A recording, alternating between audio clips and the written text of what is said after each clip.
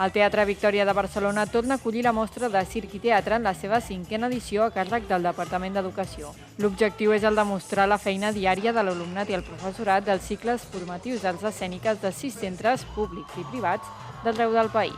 Tenim la mostra ja consolidada. Tenim un públic i tenim uns participants que són fidels, per dir-ho així. I sobretot és una oportunitat perquè els estudiants puguin arribar a un teatre professional, a un espai amb tots els ets i uts, com és el Teatre Victòria, puguin viure una experiència semiprofessional o professionalitzadora, per dir-ho així. És una superpràctica pels alumnes de posar tot el que es fa a l'aula, posar-ho dalt d'un escenari real, en públic real, i amb llum, so i tot el que comporta. I per ells és una manera de contrastar el treball que s'ha fet a les aules en un ambient real, perquè de fet estudiem arts escèniques per fer-ho davant d'un públic. Poder mostrar el treball, en aquest cas, dels nostres alumnes, el cicle, de tot el treball del professorat, és un luxe.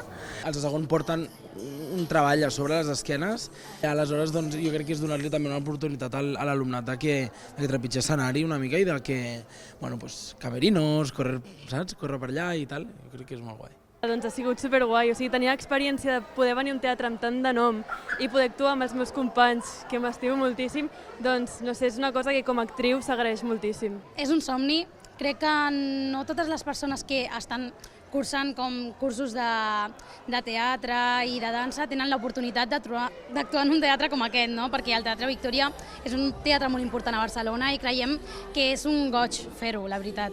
Aquests cicles ofereixen formació professional en àmbits com el circ, el teatre i la música i capaciten a l'estudiant per a l'exercici d'una professió concreta.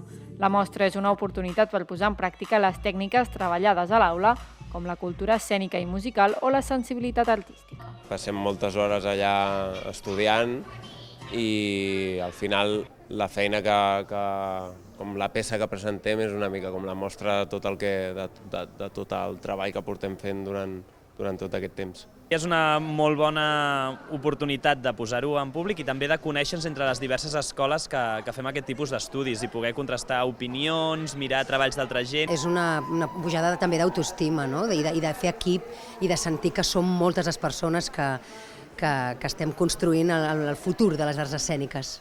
La veritat és que molt contenta perquè és una juntada al final d'art i a mi personalment sempre m'ha agradat pujar-me a l'escenari i veure altres artistes, així que per mi és un acte molt guai i es disfruta i es dona visibilitat a les arts. I al final crees molta xarxa, jo ja he vist a companys que he tingut en altres projectes i trobar-nos tots aquí és molt guai perquè crees xarxa i fas amistats i és molt guai, molt guai, molt guai. La comunicació entre nosaltres d'alguna forma ens crea un espai més segur en aquest món que realment de vegades sí que et sents una mica hostil, però conèixer gent que fa el mateix que tu i disfruta el mateix que tu està molt bé.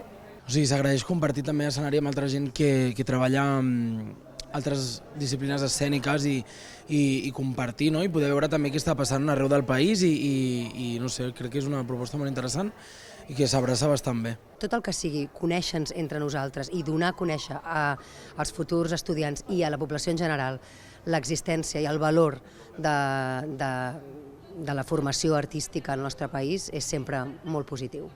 Així mateix, la iniciativa pretén visibilitzar la formació reglada en les arts escèniques per incentivar tots aquells estudiants que encara no s'han decidit i que coneguin que aquesta és una alternativa més. En molts casos és passar aquest hobby a la tècnica, a poder no poder fer una actuació només un dia, sinó poder-les fer tot el que requereixi un muntatge teatral i aprendre de què està fet tota aquesta professió, com aguantar un dia, fer una obra de teatre un dia és molt fàcil, o pot ser que et surti bé per l'adrenalina, però fer això sent conscient de què fas i per què ho fas. I el que cal és moltes ganes, treballar-s'ho molt i una vegada entres a la formació són formacions molt completes on treballem tècniques de moviment, tècniques de veu i cant i tècniques d'interpretació i venen a aprendre, per tant pots no saber i descobrir que tens aquí un camí fantàstic, vull dir que nosaltres els donem les eines.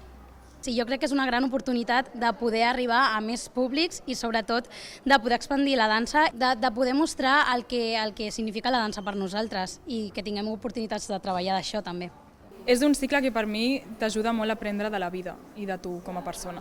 Al igual que un altre ofici o uns altres estudis, també forma part de la societat i també s'ha de poder valorar l'esforç i el servei que fem també a aquestes persones.